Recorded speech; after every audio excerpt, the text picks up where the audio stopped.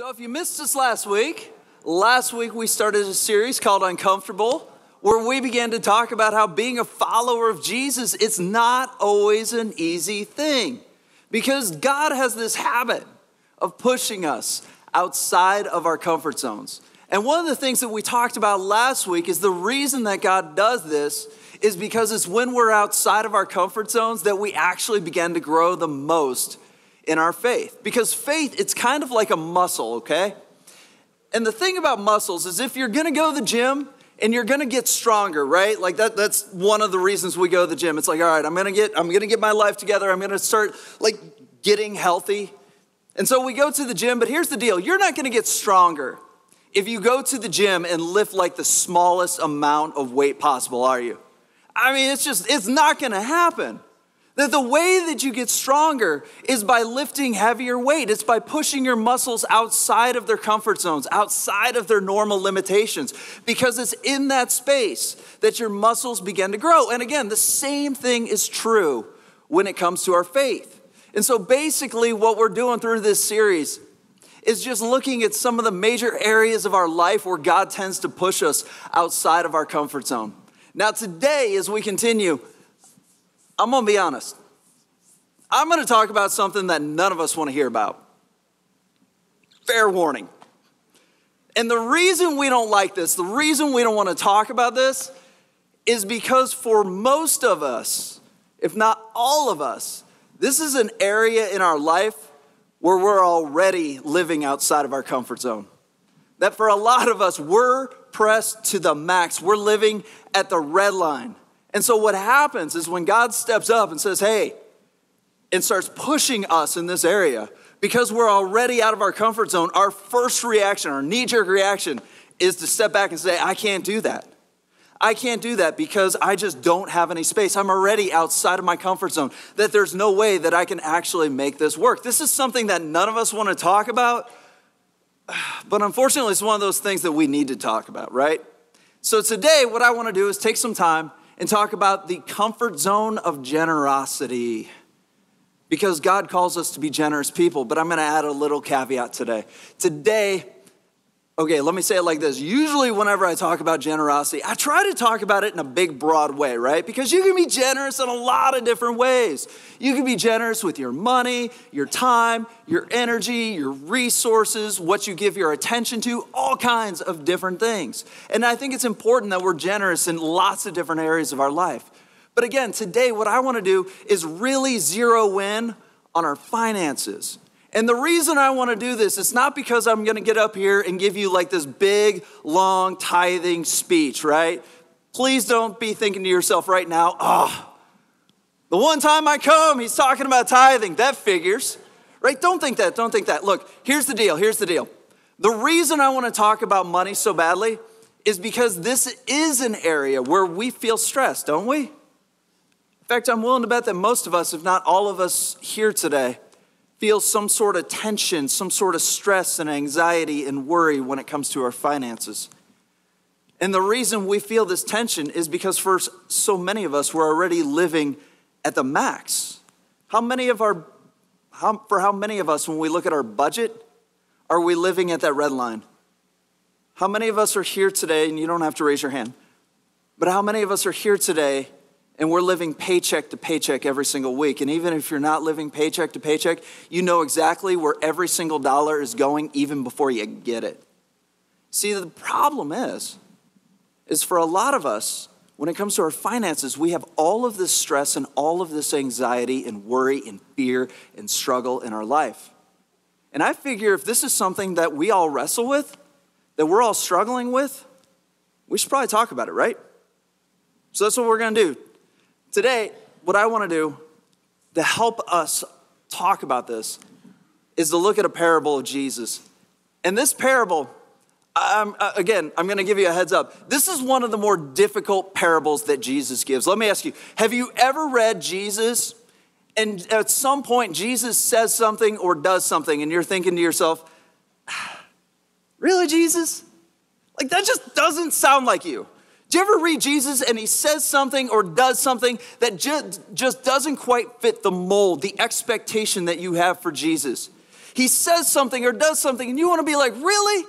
Really, Jesus? You said that? You did that? You implied that? Really, Jesus? Because it doesn't quite fit. This is one of the more difficult teachings of Jesus, especially when you look at the parables. And yet what we're going to see is that he's doing something crazy deep and profound here. And so if you've got your Bibles, do me a really big favor. Turn with me to Luke chapter 16. We're going to be in Luke 16. If you don't have a Bible, we should have Bibles in the chairs in front of you. If you've got one of those, we're going to be on page 875. Again, that's 875. And while you're turning there really quickly, just kind of a little bit of background on what's happening here.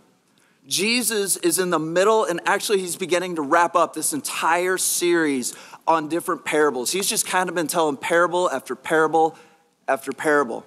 And in fact, just recently, he finishes a series of parables on lost things. He gives us the parable of the lost sheep, the lost coin, and then the prodigal son. And so we're going to pick up right after that list of parables, and he's kind of starting to wrap up this whole string of parables. And so we're going to begin. Hopefully you're there. I'm diving right in. Luke 16, verse 1. It says this, he also said to the disciples, so again, just another list of parables. There was a rich man who had a manager, and charges were brought to him that this man was wasting possessions. Now, little bit of context to what's going on here. Usually what happens in these situations is that the rich man or the master doesn't live locally to wherever the manager is. That usually in these situations, he's living somewhere else. Maybe it's in a neighboring town. Maybe it's in a town far away. But the idea here is that the rich man isn't local. He's out somewhere else. He's living somewhere else. And so the manager then is pretty much acting as the rich man in whichever town he's at. Does that make sense? And so he's kind of the man. He's acting as the rich man. Now, he's still under the authority of the rich man himself, but the manager is acting as the rich man. And the problem is because the rich man doesn't live locally, he has a whole lot of freedom. He's got a lot of freedom, just kind of do whatever he wants. And with that, what we see here is that he has a lack of accountability. Because it's a little bit different than our jobs, right? When you got your boss that might walk in on you any minute, it's like, oh, I better get my stuff done, right? They don't have that. This guy has a whole lot of freedom and a lack of accountability. And because of that, let's be honest, we all want to do this, don't we? Whenever we have that lack of accountability, again, this is why groups is so important. But whenever we have that lack of accountability, it's in those times that we tend to make our worst choices. When nobody's around, when nobody's looking, that's when we do the things that we know that we shouldn't do. But since nobody's around, who's going to know? Till they know. And that's what happens here. That this guy does some things that he shouldn't be doing. It says here that he was wasting his possessions. Now, most scholars think that what's happening here is that this man was overcharging the rich man's clients. And the reason he was doing this is because he wanted to pad his own pockets. Like he wanted to make bank, right? And so he's overcharging everybody else in order to give himself a nice payday. And apparently he gets caught. It says this, verse 2. It says he called him and said to him, "What is this I hear about you? Turn in an account of your management, for you can no longer be my manager." I think the technical word here, at least in the Greek, is busted, right? Like, he's caught red-handed. One of the things I want you to notice is that the manager at nowhere in the story comes up with an excuse. Nowhere in the story does he have any sort of defense whatsoever. And the implication here is that he doesn't have a defense because he's guilty. He was caught red-handed, holding the smoking gun. There's no way out of it. He's busted and he gets fired. I love what happens next. Look at verse 3. And the manager said to himself, "What shall I do, since my master is taking my management away from me? I'm not strong enough to dig, and I'm too ashamed to beg. I love this because it's really painting a great picture of what kind of person this manager is. That on the one hand, he says he's not strong enough to dig. Basically, what he's saying here is I'm too lazy to work for a living. I don't want to actually do actual work in order to live. I'm used to kind of kicking it back easy, but here's the problem. I'm too prideful to beg. This guy is not a good guy, is he? This isn't the type of person that we want our kids to be like, isn't it? See, we need to get the picture of who this guy is. This guy is kind of a crook. He's somebody that we really don't want to like and we shouldn't like. See this a little bit more in verse 4. He says, I've decided what to do so that when I'm removed from my management, check this out, people may receive me into their houses. He doesn't want to work. He wants to live off of other people. He just wants to sit back and take it easy. Check this out, verse 5. So summoning his master's debtors one by one, he said to the first, how much do you owe my master? He said, check this out, 100 measures of oil. Just a little bit of context here. 100 measures of oil would have been worth about 1,000 denarii. Now, for some of us, when you look at your Bible, some of our Bibles translate a denarii as a penny. That is a terrible translation because a denarii was about a day's wage. And so think about it like this. How much do you make in a day? Now multiply that by 1,000. That's how much this dude owed. He owed a whole lot of money. But look at what he says. It says 100 measures of oil. He said to him, take your bill and sit down quickly before somebody sees us and write down 50. Now, notice he's cutting it, right? He's cutting it. And most scholars believe that what he's doing here, and I'll explain why here in a minute, but most scholars think what he's doing here is he's probably cutting his share. Whatever he was raising the price by, in this case 50%, that's the percentage he cut. Which really goes to show you why he was fired, right? I mean, this dude's overcharging people by 50%.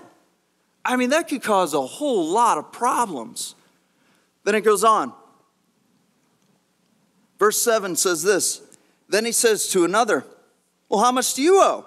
He said 100 measures of wheat. He said to him, take your bill and write down 80. Again, he's cutting his bill, but notice he doesn't cut it by the same amount, does he? See, this is one of the reasons why I think he's cutting off his share. I think he liked the second guy more than the first. And so he was overcharging the first guy by 50% because he didn't like him. This guy's not too bad. In fact, I might almost call him a friend. I'm still going to overcharge him because I got to make my money. But I don't mind him as much as the other guy. But either way, what we see happening here is that he overcharges each one of these guys. And he ends up cutting their bill to make himself look better. And this is where things get messy. This is where Jesus says something. And I think for most of us, we wish he wouldn't say this. We look at this and we scratch our head and we're like, really, Jesus? You said that? What are you getting at, Jesus? Look at this. Verse 8. The master commended the dishonest manager for his shrewdness. How many of us look at that and we're like, no, Jesus, you said that wrong. You're supposed to say you condemned him. You brought the fire. You threw him into prison. By the way, the other reason I think this guy wasn't, one of the reasons why I think this guy was only cutting his own share is because the master doesn't throw him in prison. Because he's not technically stealing from him. He's got no real grounds in order to have him thrown into jail. But that's what we want, right? We want to see Jesus like bring the fire down on this guy. We want to hear Jesus say, I want you to go to a place of darkness where there's weeping and gnashing of teeth. We want Jesus to bring it down hard on this guy, but that's not what he says, is it? He doesn't say he condemns him. He says he commends the dishonest manager. And then it gets worse.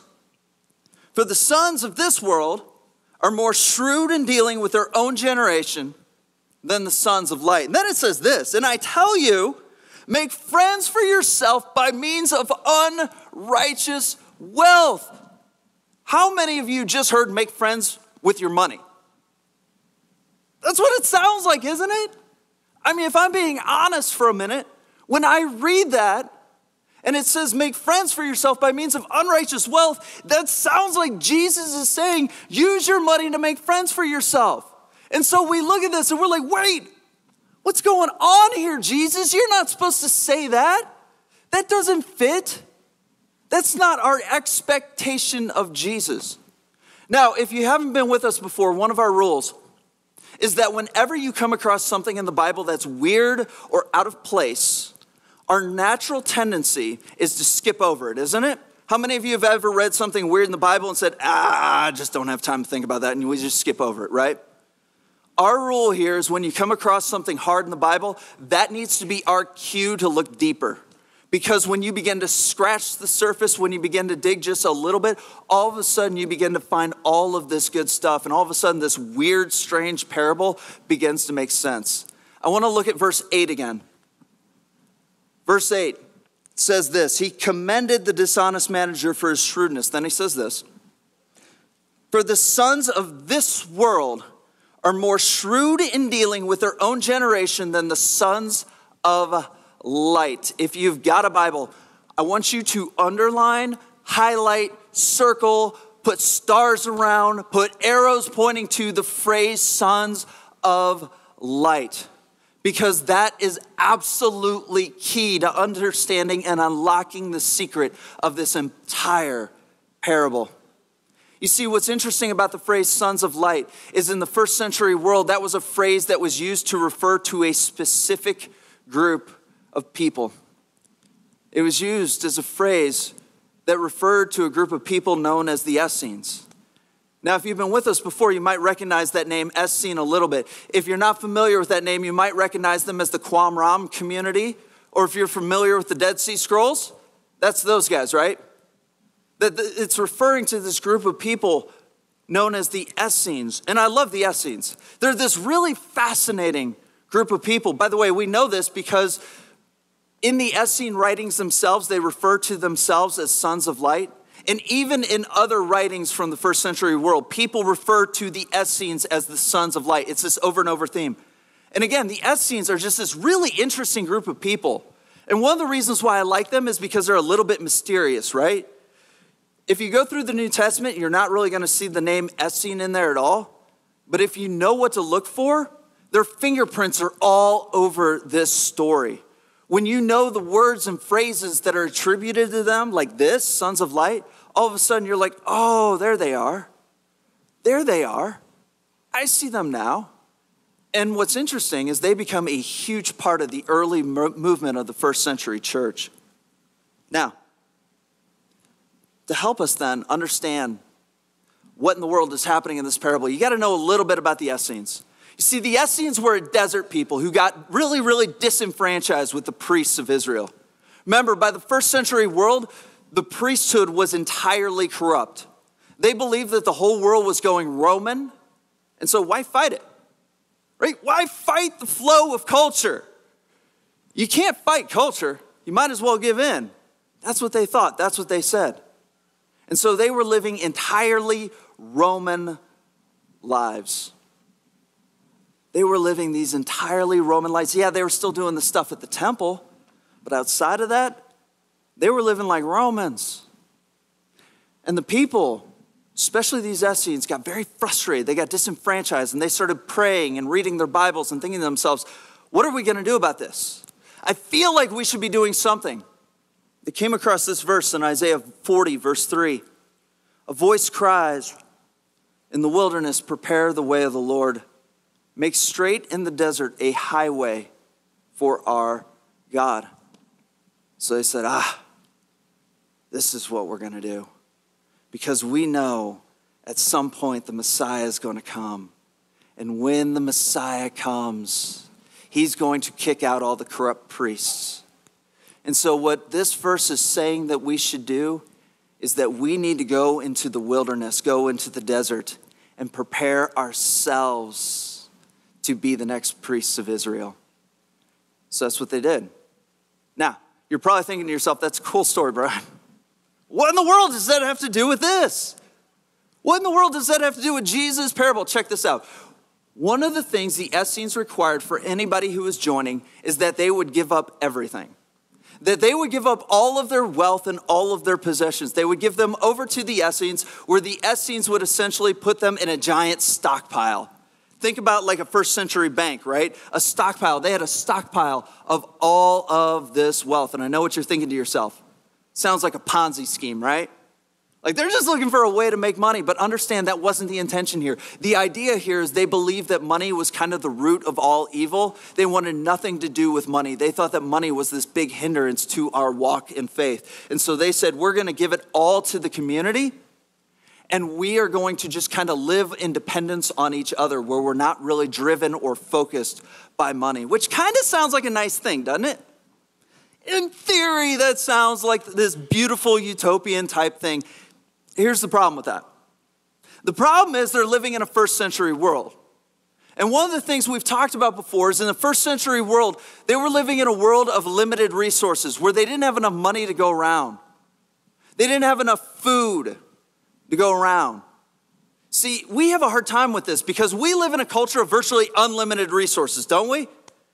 How many of us, if we go to the grocery store and we don't find our brand of eggs and milk, are we going to get upset? Right? We get upset if they don't have my brand of almond milk. But could you imagine going to the store and finding nothing at all? That's a world of limited resources. See, we live in a world of virtually unlimited resources. We have a hard time even imagining going into the grocery store and not finding anything. See, the problem is they're living in a culture where there wasn't enough to go around. They didn't have enough food. They didn't have enough resources. Do you see the problem here? People in their world were starving. They were hungry. They were dying because they did not have enough. But these guys who were in the desert had this stockpile of wealth and money and resources, and they weren't doing anything with it. They were just sitting on it. Do you see the problem here? You see, in the first century world, one of the things they believed was that hoarding was a waste of God's resources because there wasn't enough. It was different from our world. There wasn't enough to go around, and if I had enough, somebody else might be dying. And in fact, if you go a little bit earlier in Luke chapter 12, Jesus does this whole parable on the rich fool. This guy who has this huge harvest. And he says, oh man, look at all this stuff. I'm going to build bigger barns. And I'm going to save up all of this stuff for myself so that I can live out the rest of my days. See, we live in a world of retirement where you save up enough and eventually you can retire and just kind of live out the rest of your days. There wasn't really retirement in the first century world. You lived on your family when you were too old to actually work. That's the way their world was. And so for the rich fool, the fact that he was saving all this stuff up and sitting back and living easy meant that other people were starving, other people were dying, and he could have been doing something. He could have been helping, but he wasn't. And the same thing is true here. See, the Essenes were sitting on a stockpile of resources that could have been helping so many other people. And they were doing nothing with it. In fact, you see this in verse 9. I tell you, make friends for yourself by means of unrighteous wealth, so that when it fails, they may receive you into eternal dwellings. That God had given them this incredible resource. And there was all of this good. All of these people they could have helped and even saved. But they were sitting back and doing nothing with it. See, on the one hand, Jesus is coming down on these guys because they're not helping out other people. They're not using their resources for good. And again, the reason they're not is they saw that this money was just bad. It was evil. We should have nothing to do with it. And the reality is that it had a very practical need in their culture. They could have helped a whole lot of people. The other thing that Jesus is kind of criticizing them on is the fact that they were completely separated from the culture. Again, they were living in the desert because they were so focused on themselves and their faith. And so they abandoned everybody else so that we could focus on feeding ourselves. Here's the deal, guys. You cannot make an impact in the culture and the world around you if you're separated from the world. You cannot make a difference in the world if you're doing it from arm's distance. I think a lot of times we try, don't we? We want to make a difference and an impact, so we make a post on Facebook. I'm done. I did it. I got like 12 likes. Went viral. I don't know about you. I have a sad Facebook. I don't know about you. I've never had my life changed by a Facebook post. How about you? You're never going to make a difference in the world by being separated from the world. The only way that you're going to make a difference and an impact in the world is if you go out and connect with the world. The Essenes were so focused on themselves, so focused on their relationship with God, that they forgot that they were supposed to be helping other people in their relationship with God. And one of the ways that they could have done that was just in a very real, very practical way, helping take care of them. Then he goes on. Verse 10, one who is faithful with very little is also faithful with much. And the one who is dishonest with very little is also dishonest with much. If then you have not been faithful with unrighteous wealth, again, that's an Essene phrase, that's what they would call money, because they hated it so much. If you have not been faithful with unrighteous wealth, who will entrust you with true riches? And if you have not been faithful in that which is another's, who will give you that which is your own? Here's the deal, Essenes. You guys want to be the future priests of Israel? And what Jesus is saying here is you guys can't even be trusted with money. If you can't be trusted with money, who's going to trust you with their faith? Who's going to trust you to be the future priests of Israel? See, I think this is one of the reasons why Jesus uses such a terrible example in this parable. Because this is a how much more example, right? If this guy gets it, how much more should these guys get it? If this guy can help these people, how much more would you, Essenes, with all of your resources and all of your opportunity, be able to help all of these other people who are hungry, starving, and dying? If you guys can't even be trusted with money, how are you going to be the future priests of Israel? Again, Jesus is really condemning these guys, but the reason he's doing this, don't miss this, is because he sees the potential in them. They've almost got it right, but they're not perfect. And then he says this, and this I think kind of gets to the heart of where this whole thing is going. For no servant can serve two masters. He will either hate one or love the other, or be devoted to one or despise the other, because you cannot serve both God and money. See, our natural tendency, when it comes to two masters, we're going to favor one, aren't we? We're going to favor one thing over another. It's kind of like getting healthy. I'm on this big health kick now, so I'm sorry. You're going to hear a lot of those examples. But I can't serve the gym and Netflix at the same time, because the reality is Netflix is going to win. Our natural tendency is to favor one over the other, right? And usually what we want to do is favor the one that's easier. The question we need to ask ourselves is, if we can't serve two masters and our choices are God and money, what's the deal with money then? What makes money such a dangerous master?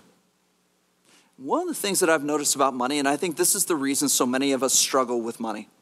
I think this is one of the reasons, if not even the reason, why we're living at the red line, why we're maxed out, why we don't have any breathing room in our finances, is because when it comes to money, You ever notice that there's always more to get? There's always just a little bit more, isn't there? Let me ask you this. When was the last time you had enough money? We always talk about enough, don't we? I'm going to do this when I have enough. Get married when I have enough. We'll have kids when we have enough. How much is enough? Really? When was the last time you felt like you had enough money?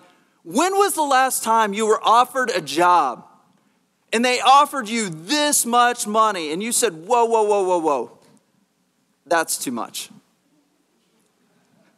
I don't need that much money. I need this much. This is enough for me. This is just, I don't need that. That's wasteful. I just need this much money. This is enough. Or when was the last time your boss offered you a raise and you said, man, I appreciate it, but I gotta say no because I've got enough. Anybody? I've never had that. See, the problem when it comes to money is there's always more to get. You never really have enough. And one of the reasons why I think that we never really have enough money is because of what I call the trap of a little bit more. And here's the thing about the trap of a little bit more. We live in a culture that preys on our envy. You know this. That's what marketing is, right? It's creating envy in our lives. And the problem is whenever you go to buy something, have you ever noticed they try to sell you on a little bit more? They do it all the time. When was the last time you bought a phone? Gonna go buy a phone. I need an upgrade. The flip phone's outdated. I've got to bump it up a little bit. And you got your heart set on this phone. By the way, I didn't mean to convict anybody who has a flip phone. I'm sorry about that.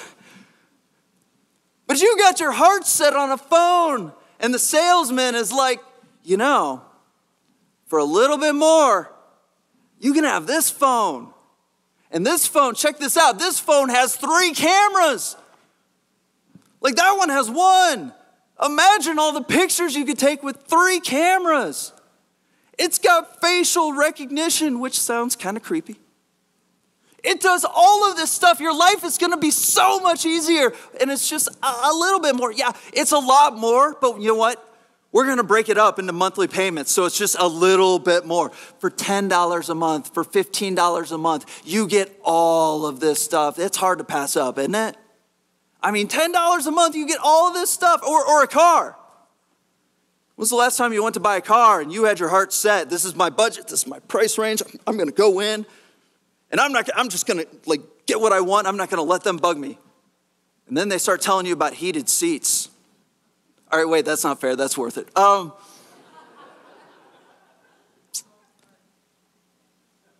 Auto start. There you go. I was going to go with a different example, but that's a good one. Or navigation, GPS, it's got its own Wi-Fi. Have you seen the cars that parallel park themselves? Are you kidding me? Just a little bit more, it can be yours. I mean, yeah, it's a lot up front. I mean, the big picture is a lot, but we're going to break it down to this smaller price. And this smaller price, you know what? It's just, I don't know how much this stuff goes for anymore. What, an extra $100 a month maybe, $200? I don't know. I got no idea. But for just a little bit more. And yeah, $100 sounds like a lot. But when you think of how much it's worth, it's just a little bit. Or a house. For a little bit more, look at all the square footage. A little bit more, you get an extra bathroom. Look at that garage. It's just a little bit more. We do this all the time. When's the last time you went out to eat? Supersize me? You want an extra shot of espresso? It's just a little bit more. But here's the reality, guys. Here's the reality. Those little bits, I heard that. Those little bits add up. And before long, those little bits become a lot of it. And it's creating all of this stress, all of this pressure, all of this anxiety in our finances. So here's my challenge. I want you to look at your budget this week.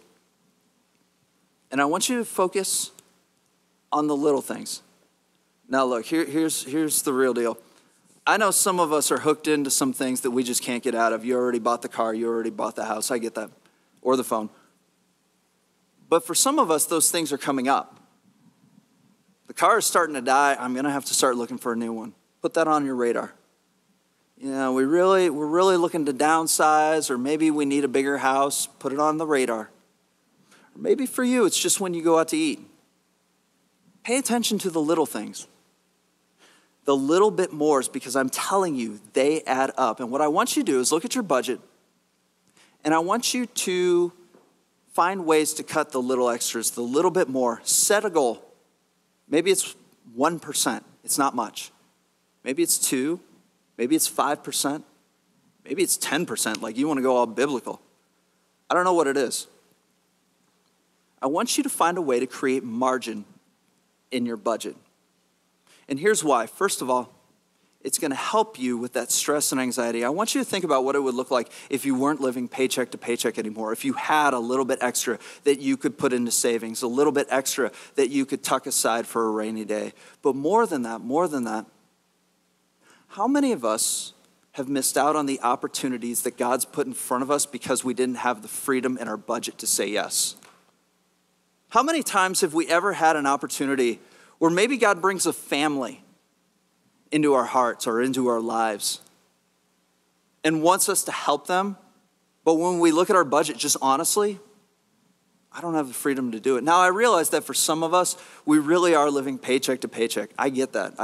And so if you're here and you're just living paycheck to paycheck and you have no room and you have no wiggle room and you have no little bits more, listen, you're a rock star. Keep it up, because there's going to come a day when you break out of that. But for the rest of us, where are the little bit mores that you can kind of create some margin so that in those times and those moments when God brings people in front of us, maybe it's a family, maybe it's just I've had a lot of conversations lately, and I really do think this is a thing that happens every fall. Every fall, there are these times and seasons where it feels like everybody's going through the worst of it, when it's like the bottom is falling out. By the way, our next series is going to talk about where's God when it seems like God's nowhere to be found. That is going to begin in November. Don't miss that. But when God brings those people in our life, I want you to imagine what it would be like if you had the freedom in your budget to help, even if it's just a little. Even if it's just kind of like the best that you have is just a little bit to help this family, $25, $50, whatever it is. Imagine what it would be like to have the opportunity that God's put in front of you and to be able to say yes. Imagine having the freedom, not just from the stress and the anxiety in our life, but the freedom to say yes to the opportunities that God's placing in front of us. And here's why this is a big deal. Because as we go through the scriptures, one of the things that we see is that God has a habit of taking our little bits and doing big things with them. And if you can create just a little bit of space, a little bit of freedom, imagine the difference in the impact you can make in the world around you just by and just through the people that God brings into your life. Because I'm telling you, when you create just a little bit of freedom, God's going to bring you the opportunities. God likes to push us in this comfort zone, doesn't he? But there's a reason he does that. Because we live in a world that's really not that different. A lot of people are struggling. A lot of people are hurting. A lot of people are going through a hard time. And sometimes all we can do is all we can do. But if we don't have the freedom to at least say yes, we're missing out on the opportunities that God's putting in front of us. And imagine what it would be like to be able to say yes, to be able to help people in need when God brings them right to your doorstep. Let me pray for us.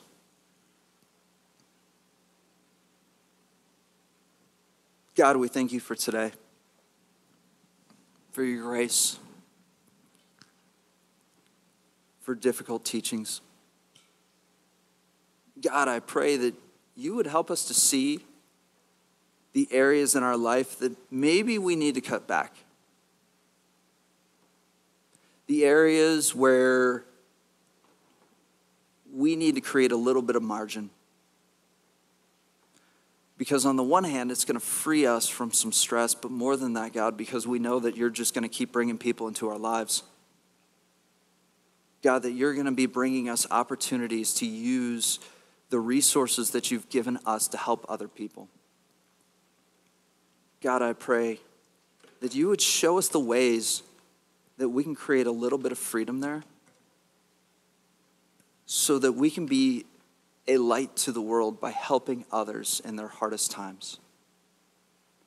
God, thank you for the things that you have given us. And help us to not take that for granted. For it's in Jesus' name we pray. Amen.